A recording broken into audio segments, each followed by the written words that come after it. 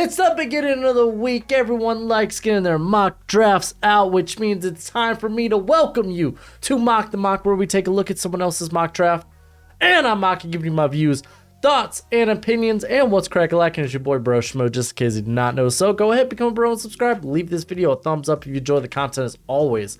Let me know what you think in the comment section below. Let's have that nice, beautiful football discourse. Special thanks to our sponsor, Manscaped. If you're looking to clean up around the part that matters, you can get 20% off plus free shipping when you use promo code Broshmo. So let me help you.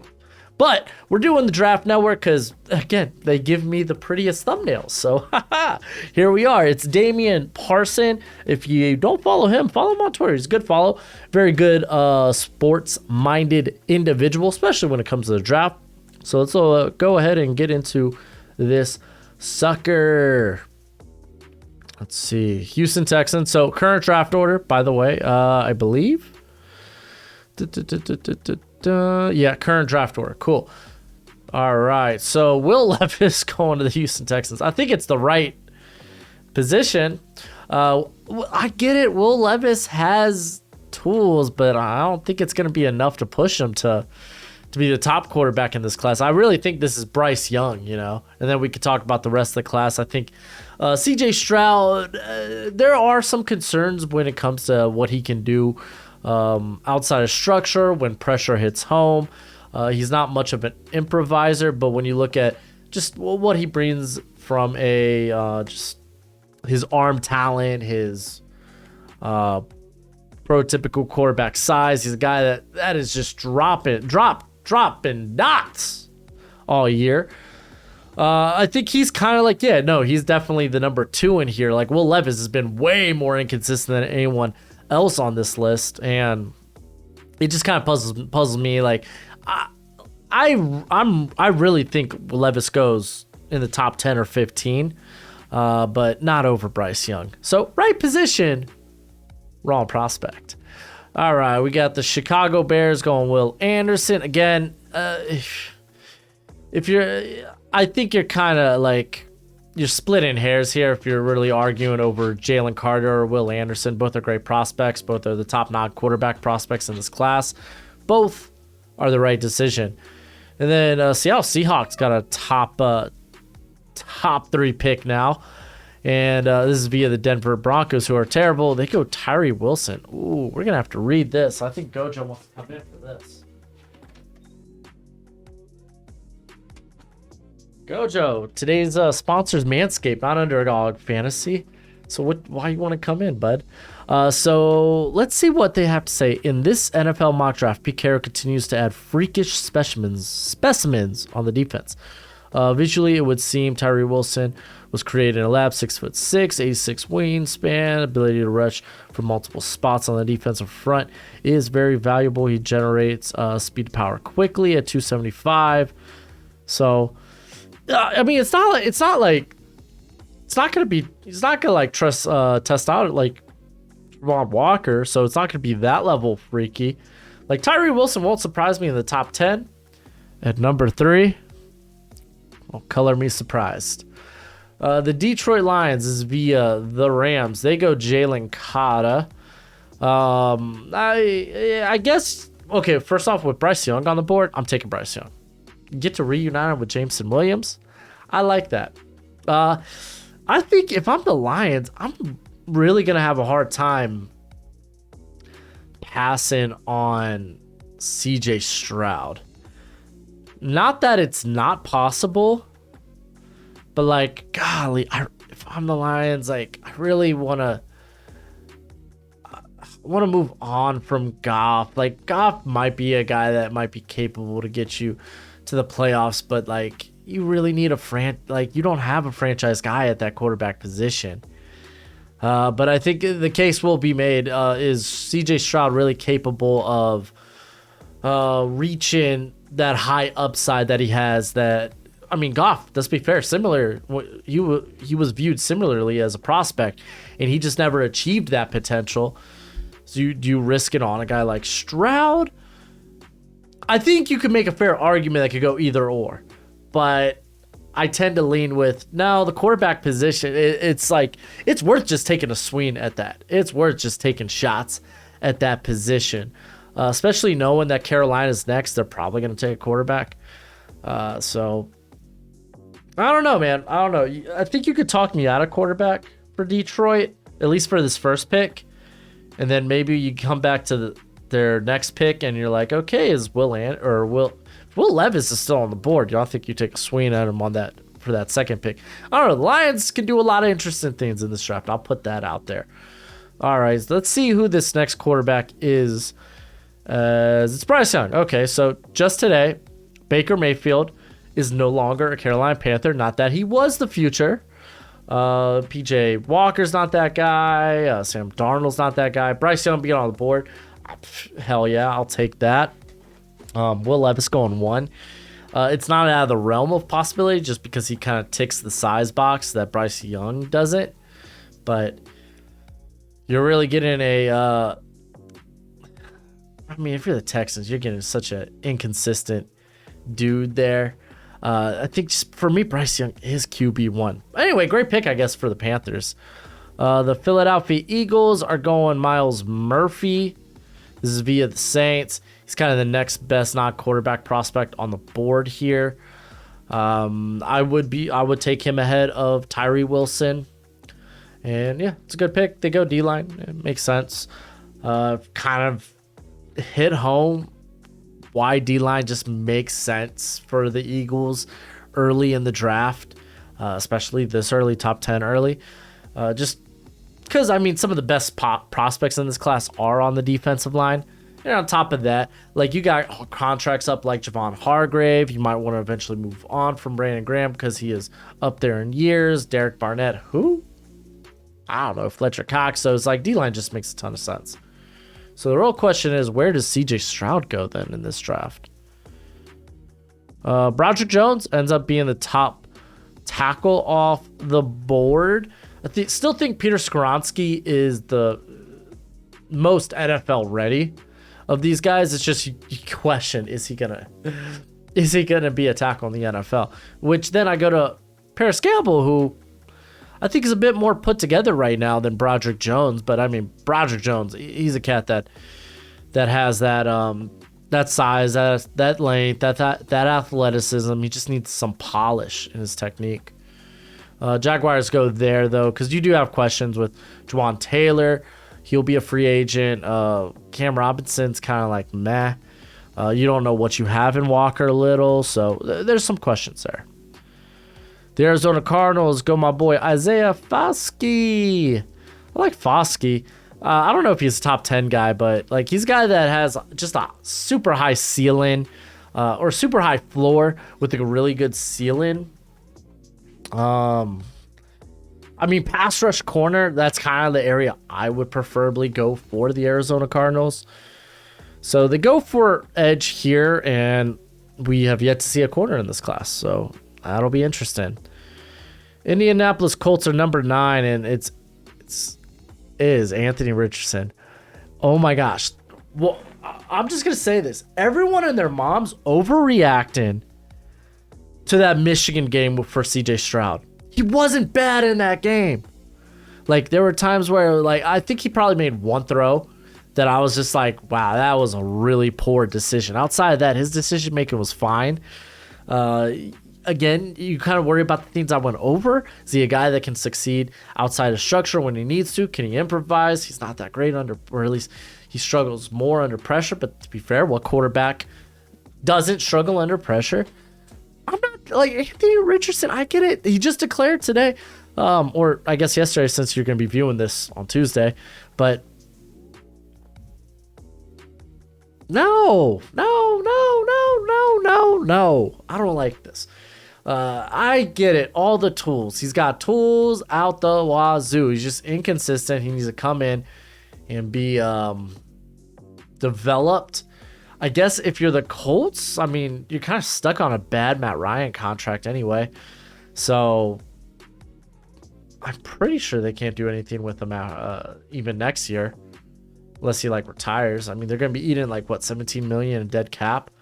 So, I mean, if you want to roll the dice of upside and then try to develop him for a year, maybe that's not a bad idea, but I'm still taking Stroud. Really am. Atlanta Falcons go Brian Barazi. A lot of edges went off the board. You get a guy to pair up there on the interior with Grady Jarrett. It's very nice. Desmond Ridder will sounds like he might be the starter for this weekend's game. I'm excited. So based on what we see from Ridder down the stretch, if CJ Stroud's available here, I might be taking that. Green Bay Packers are going Paris Johnson out of Ohio State. Good pickup. There's some offensive line deficiencies, I guess, with the Packers. Jenkins moving back into guard. Bakhtiari can't really stay healthy. So grabbing a tackle here, I think smart. And he's probably my top tackle. Again, depending on how we end up viewing Peter Skronsky. Las Vegas Raiders go CJ Stroud. So this is where Stroud falls. So we see 4 quarterbacks in the top 12. I don't know about that. I don't know if we'll see 4 quarterbacks in the first round. But yeah, Derek Carr probably done with the Raiders after the season. So them getting a quarterback, or at least able to get a quarterback here, I think is pretty clutch. The Houston Texans is via the Cleveland Browns. They go Quentin Johnston. I like this. He's probably the top wide receiver for a lot of people in this class. So they get now their franchise quarterback, freaking Will Levis. They pair him up, or they get a good, honestly, I think a promising wide receiver duo with guys like Quentin Johnston, Nico Collins. You're going to get John Mechie back, so a lot of promise there. Pittsburgh Steelers go Joey Porter. Yeah, their corner position's kind of bad. Add talent, add competition. I think their best, Cam Sutton, I think best corner, free agent as well. So they take the home state kid in Joey Porter. The Detroit Lions go Jared Verse. They took Jalen Carter, correct? So they just they're like, hey, we're going to just solve the defensive line. You grab Jared Verse, you pair Verse up with Hutchinson, you're pairing Carter up with Aleem McNeil. That's a scary defensive line. I kind of like it. I'm a big Verse guy. I don't know if he'll go top 15. I hope. He's inside my top 20, though. I love Verse. Let's see what these Chargers do. Rashee Rice. Freaking no way. Hold on.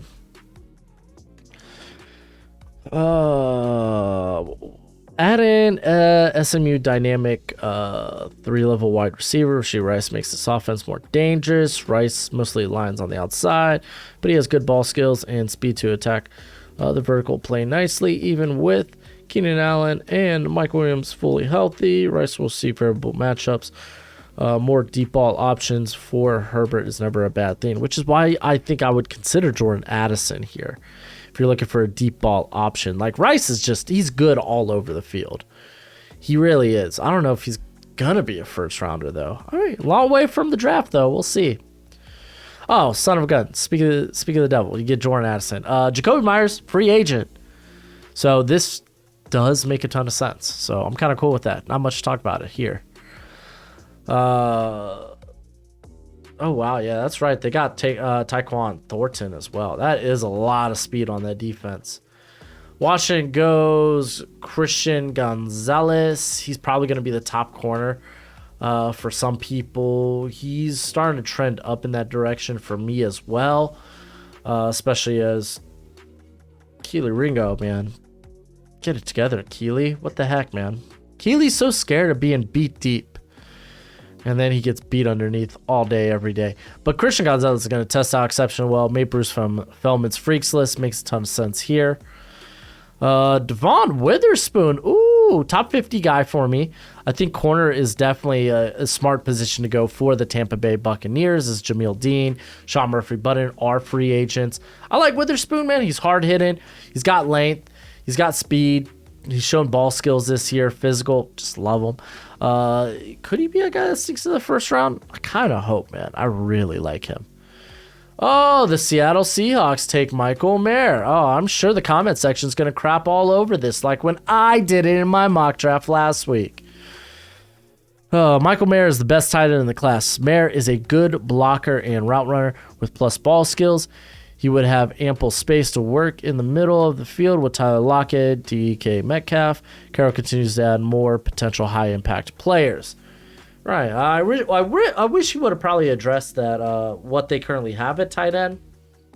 Because, like, Will Disley's a decent all-around tight end plus blocking. Noah Fant, more known as a receiving tight end. I know those are guys that they got up signed at least through next season. But, like, Mayer's just the best of both worlds. You could even mention they got Kobe Parkinson, but he's more of a jumbo receiver than actual tight end. I think really when I see that cat on the field, he's usually just a big slot. Could be wrong about that, but at least I know he's spent a lot of time when on the field. It's big slot. So I like this idea, but hey, go ahead, crap on it. Whatever. Tennessee Titans go Anton Harrison. I like Anton Harrison. I think he's a fringe first. Titans need to address that left tackle position. I think Taylor Lewan, they probably move on from him after the season. He hasn't quite been the player that was like a few years ago. He just hasn't been that guy anymore. So grabbing that left tackle would be ideal. The New York Football Jets go Brian Branch. I love this. I don't know if it happens, but I love this fit. Brian Branch, you throw him in that LaMarcus Joyner role where he could play in the slot, he could play deep. Branch is just a do-good football player. Great option. And then the New York Giants go Keely Ringo. I want to see why he says Ringo Bell. Let's see. Cornerback position is not as talented, but would benefit from him. Okay, we're still talking about Giants there. Keely Ringo checks all of the physical profile boxes. He is a height, weight, speed prospect that has the ability to take the ball away when tested. His ball skills and athleticism can shine as the Giants' pass rush evolves. Okay, so not really speaking on why he falls here. Listen, that dude's going in the first round easy. You could talk stock down all you want. Like we saw Derek Stingley didn't have like the best final season. Matter of fact, got injured and didn't only played like 4 games. Yeah, Keely Ringo, it's not an ideal season for him.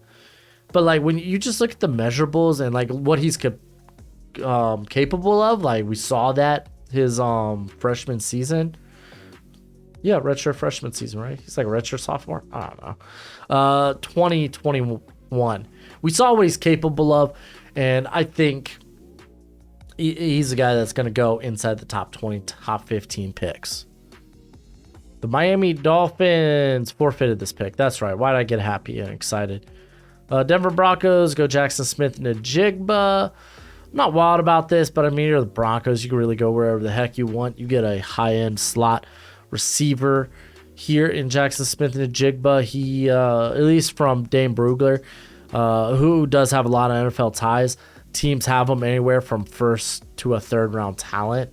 So if he's a cat that ends up slipping until day 2, it won't surprise me none. So what does it mean? Like Jerry Jeudy gets moved on from? I don't know. We'll see. Baltimore Ravens go to Keyshawn Abutte. So they get some receiving help for Lamar Jackson, and I like this, pairing him up with Rashad Bateman, who's probably a more put together route runner, where you got Boutte here as a guy that just creates after the catch. Phenomenal. Cincinnati Bengals go Cam Smith. So I like them adding more stink to that corner position. Chidobe Awuzie, unfortunately, injured for the rest of the season, but he'll return as their number 1 corner. They got guys like Daxton Hill and Cam Taylor-Britt who could really play anywhere in the secondary. So just grabbing more cornerback depth, not a bad thing. They obviously also got Mike Hilton there in the slot. So I imagine like Cameron Taylor-Britt probably stays out on the outside. It'll be Daxton Hill that takes over for Jesse Bates, and then get Cam Smith to compete with Cam Taylor-Britt. And yeah, I like that. That's good. Dallas Cowboys, Andrew Voorhees. I didn't see him going this high. So, I mean, I think Osiris Torrance is probably still the arguable top interior guy in this class. Voorhees is number 2 for me. Not too far off. A guy that is also, I think, capable of playing the tackle spot. I'm a big fan of Voorhees, so it's like I'm not going to fight it. I like Voorhees. I think he's a guy that's ready to start now. Kansas City Chiefs. Let's see what interesting thing happens here. DeJuan Jones. Oh, I actually like this as a replacement for Orlando Brown. Orlando Jones. So this man's a big boy. He's very big, similar to Orlando Brown in his own right in terms of size. But Jones, man, he has improved a ton this season. He is every bit of what people wanted Daniel Falele to be coming out last year. Then the Minnesota Vikings, they go Josh Downs. I like pairing Downs with Justin Jefferson. I think that's pretty neat. I've done that in mocks before. I think it's a fun idea. Then here's Osiris Torrance going to the Buffalo Bills. That guard spot is pretty bad. For the Bills, actually, the offensive line has struggled with injuries this year.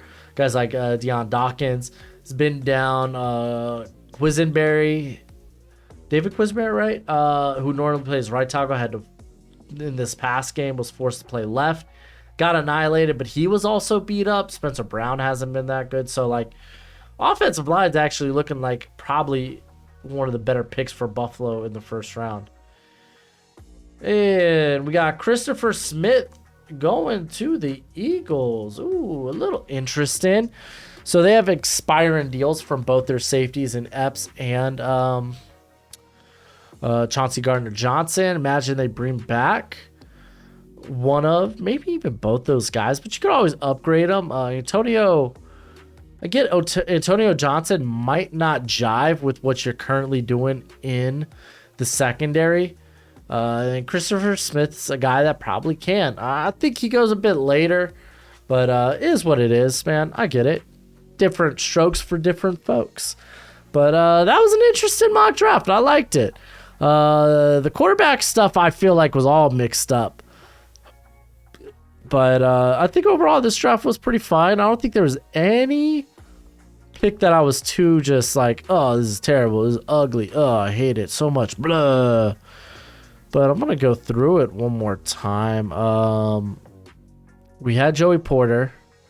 We had Christian Gonzalez. We had Cam Smith. We had Keely Ringo. So he included 5 corners. That's interesting. I thought the edge talent, like some of the middle round edge talent, went a lot higher than I anticipated. I guess mainly Isaiah Foskey.